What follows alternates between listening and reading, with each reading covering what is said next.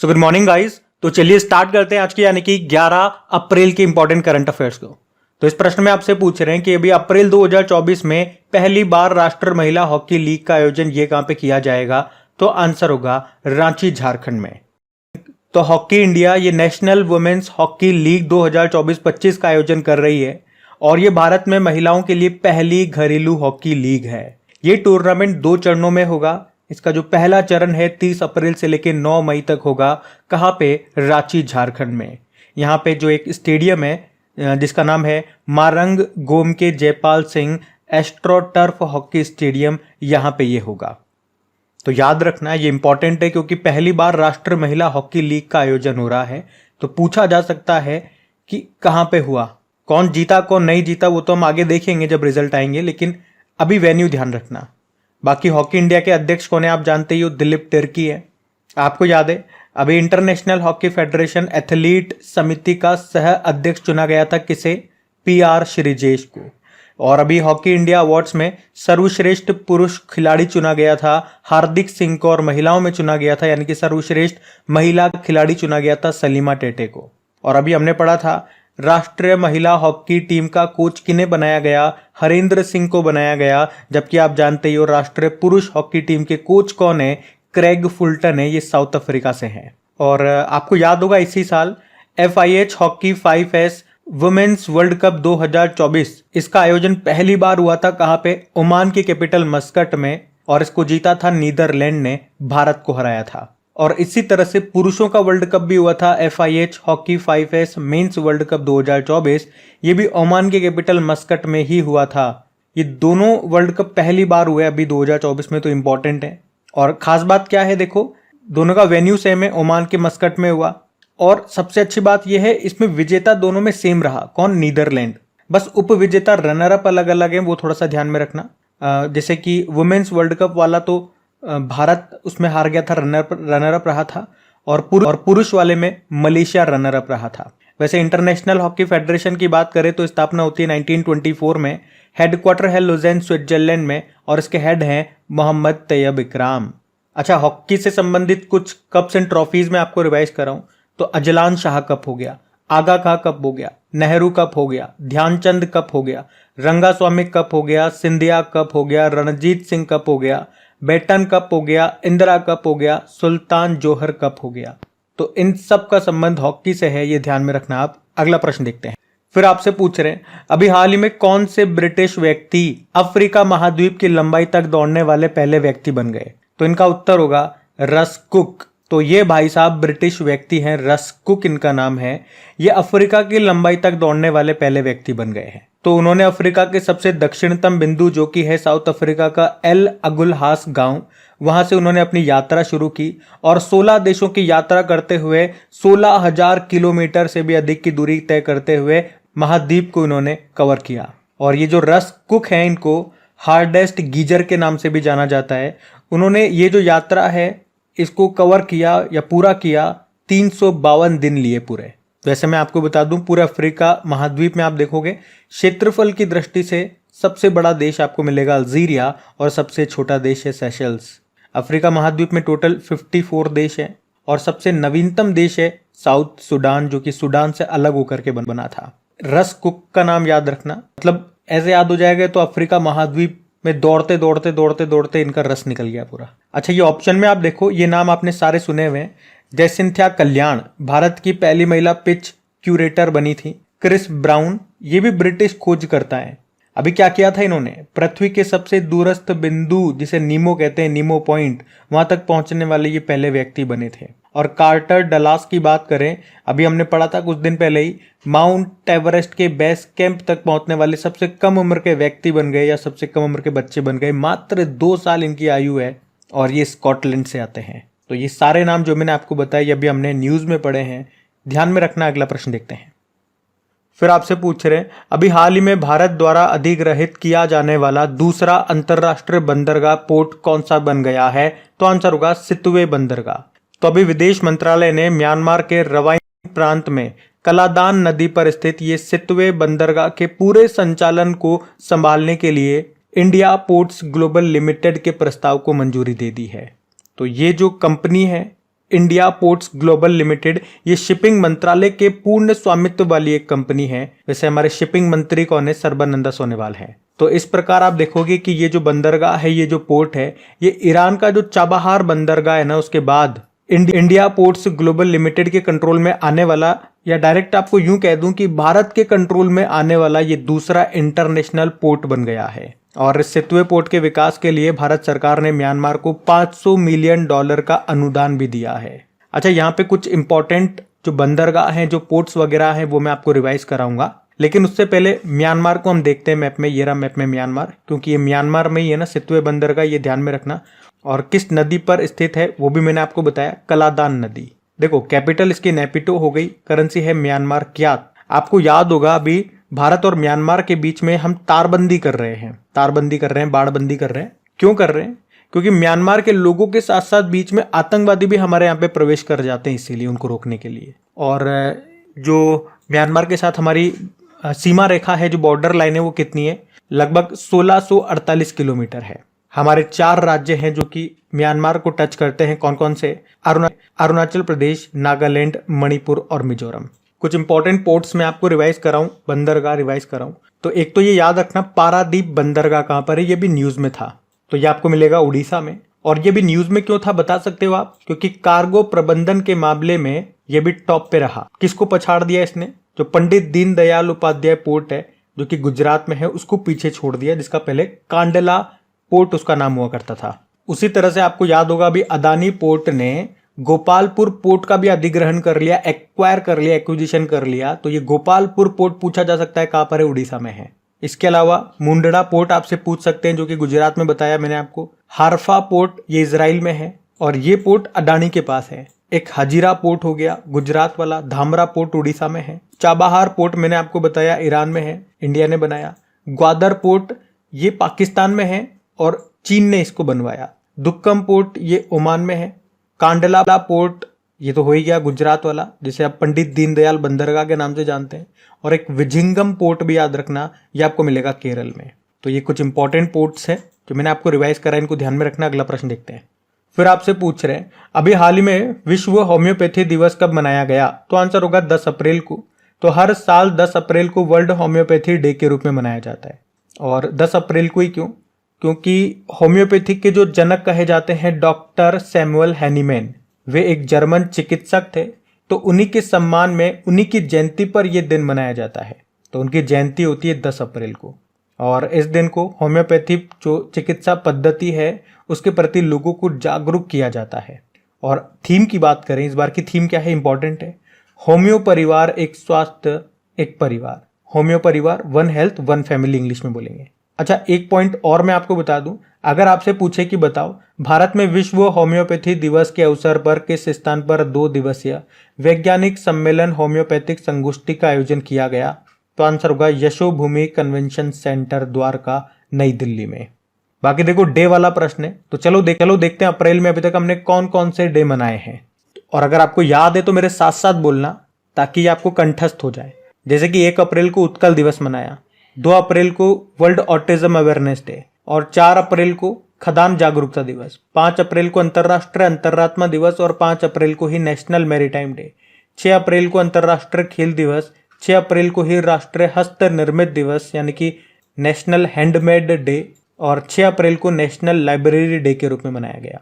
उसके अलावा अभी 7 अप्रैल को वर्ल्ड हेल्थ डे मनाया था, और अब ये 10 अप्रैल को वर्ल्ड होम्योपैथी डे मना रहे हैं। तो ये अप्रैल के इंपॉर्टेंट डेज हैं। आपको पता है जब भी पूरे महीने में जब डे वाला प्रश्न आएगा, उस पूरे महीने को मैं आपको स्टार्टिंग से रिवाइज कराऊंगा। उद्देश्य यही रहता है कि आपको चीजें याद हो जाए।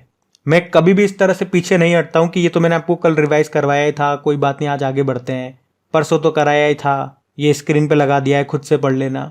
मैं आपके लिए बार बार रिपीट करता हूं, उसी एनर्जी के साथ रिपीट करता हूं। उद्देश्य सिर्फ यही है कि आप जब उसको बार बार सुनेंगे, बार बार देखेंगे, तो आपको ये चीजें याद हो जाएंगी। सारा काम, सारी मेहनत मैं कर देता हूं, बस एक छोटा सा काम आपको करना होगा।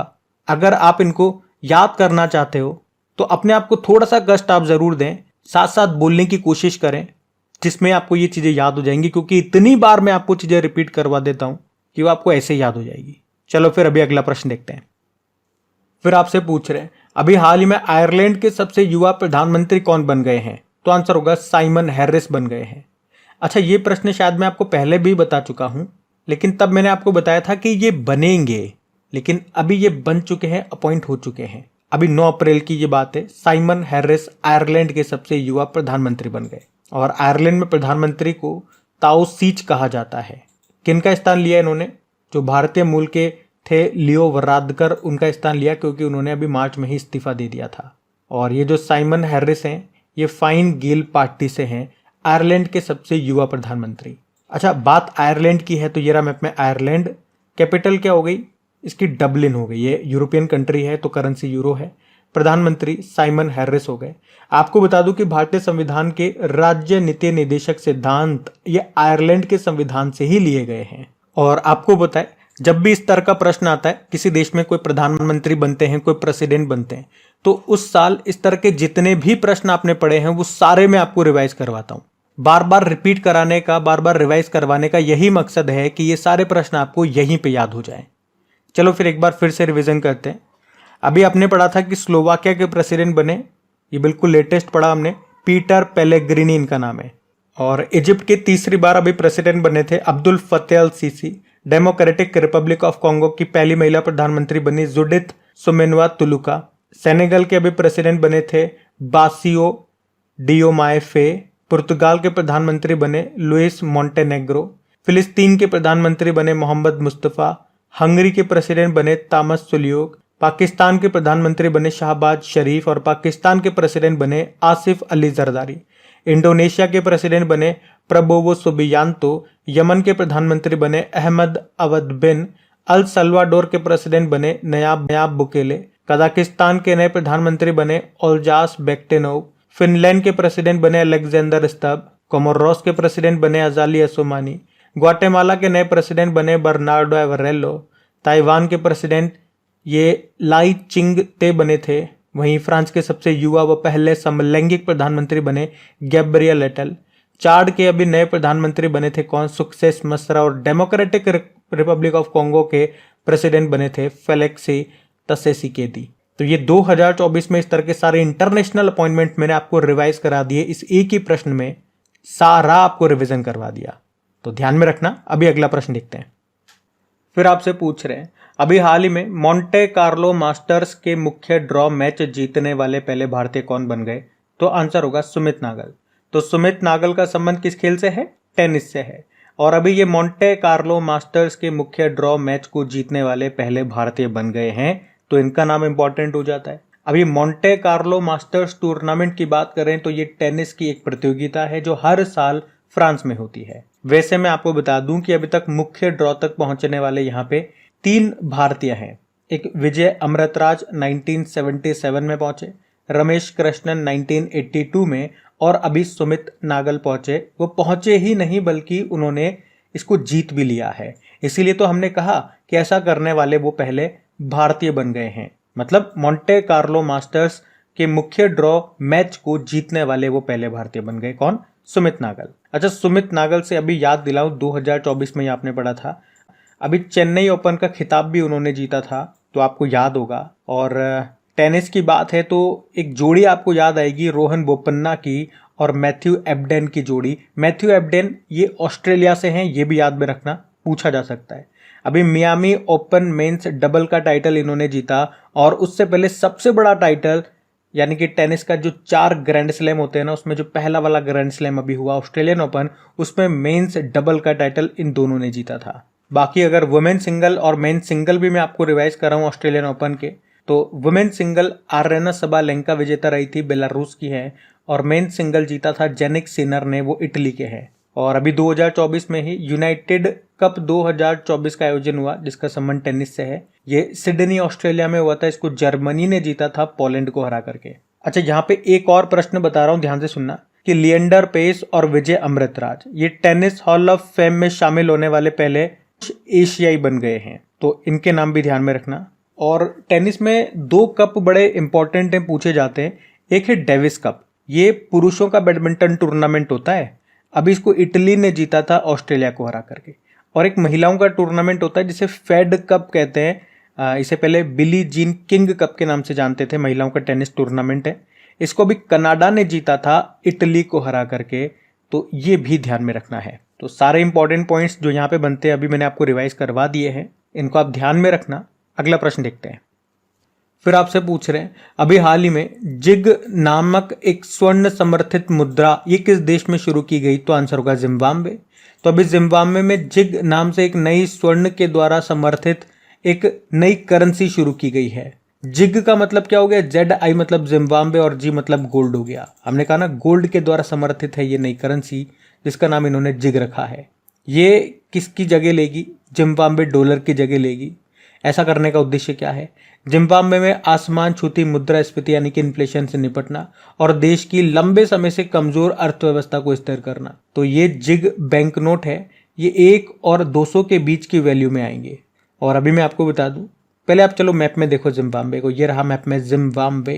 कैपिटल इसकी हरारे होती है, करेंसी है अब से जिग इसकी करेंसी हो गई, बाकी अमेरिकन डॉलर वगैरह तो यहाँ चलते ही हैं।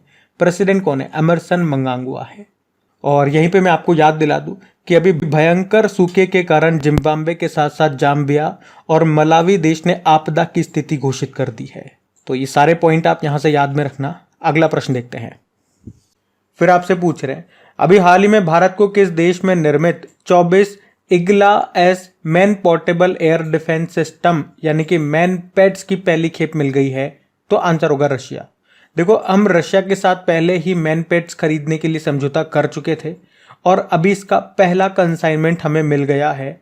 ये मैन पैड्स है, इसमें एक लॉन्चर होता है और एक मिसाइल होती है। जैसे आपने कई बार मूवीज वगैरह में देखा होगा, जो सैनिक होते हैं वो अपने कंधे पर लॉन्चर लेकर के भागते हैं, चलते हैं, और जहाँ पे उन्हें मिसाइल को दागना होता है घुटने पर बैठते हैं और मिसाइल को दाग देते हैं। तो अगर हवा में दुश्मन सेना का कोई भी विमान हो या ड्रोन हो तो उसे नस्ते नाबूद कर देता है ये air defence system. Air defence system ये एयर में हमारी रक्षा कर रहा है। एयर में अगर कोई चीज़ है, कोई ड्रोन हो गया, कोई विमान हो गया, तो उसे वो नस्ते नाबूद कर रहा है। तो अभी रशिया ने हमें 100 मिसाइलें और 24 रशिया द्वारा निर्मित Igla man portable air defence system का एक सेट ये दे दिया है, ये भारत भेज दिया है। वैसे जो टोटल हमारी डील हुई है ना वो 120 लॉन्चर और 400 मिसाइलों की हुई है। और मैं आपको ये भी बता दूं कि इस मैन पैड से हमारी बहुत कम दूरी की जो वायु रक्षा प्रणाली है वसोराद, उसकी क्षमता भी बढ़ेगी, उसकी कैपेबिलिटी भी बढ़ेगी। बाकी रशिया से आप क्या जानते हो? रशिया के प्रेसिडेंट कौन है? और अभी 5वीं बार फिर से बन गए कौन? Vladimir Putin. 2024 में ब्रिक्स को होस्ट रशिया ही कर रहा है। और अभी आपने पढ़ा होगा रशिया के एक अंतरिक्ष यात्री हैं ओलेग कोनोनेंको, ये अंतरिक्ष में सर्वाधिक समय तक रहने का रिकॉर्ड अभी इन्होंने बना दिया है। रशिया से हमने S-400 मिसाइलें भी खरीदी है जिसे ट्रायम्फ कहते हैं। और आपको याद होगा हमने रशिया के साथ मिलकर के ब्रह्मोस मिसाइल बनाया है और अभी ब्रह्मोस मिसाइल को हम 2 देशों को बेच रहे हैं, फिलीपींस और इंडोनेशिया। तो ये भी ध्यान में रखना। अगला प्रश्न देखते हैं। फिर आपसे पूछ रहे हैं अभी बैडमिंटन एशिया चैंपियनशिप 2024 का आयोजन ये कहां पे किया जा रहा है? तो आंसर होगा चाइना में। यहाँ पे हम बात कर रहे हैं बैडमिंटन एशिया चैंपियनशिप 2024 की। कहां पे आयोजन हो रहा है? चाइना के निंगबो में। अभी 9 अप्रैल को ये शुरू हुआ जो कि चलेगा 14 अप्रैल 2024 तक। इस बार ये इसका 41 नंबर का एडिशन है। आपको बता दूं इससे पहले पिछले साल 2023 में जो 40वां एडिशन हुआ था, 40वां इसका जो ये चैंपियनशिप हुआ था वो यूनाइटेड अरब अमीरात में हुआ था। और अगले साल का भी बता दूं 2025 में जो 42वां संस्करण होगा वो भी चाइना में ही होगा।